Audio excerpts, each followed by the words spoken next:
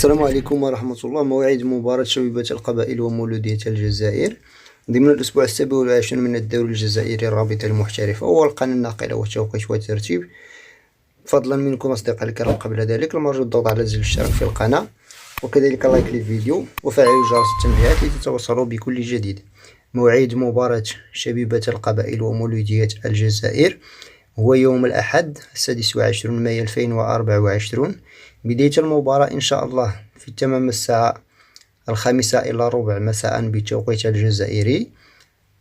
القناة الناقلة المحتملة القناة الرابعة الأمازيغية، فيما ترتيب الفريقين على الشكل التالي: مولودية الجزائر في المركز الأول ب60 نقطة، وشبيبة القبائل في المركز السابع ب36 نقطة.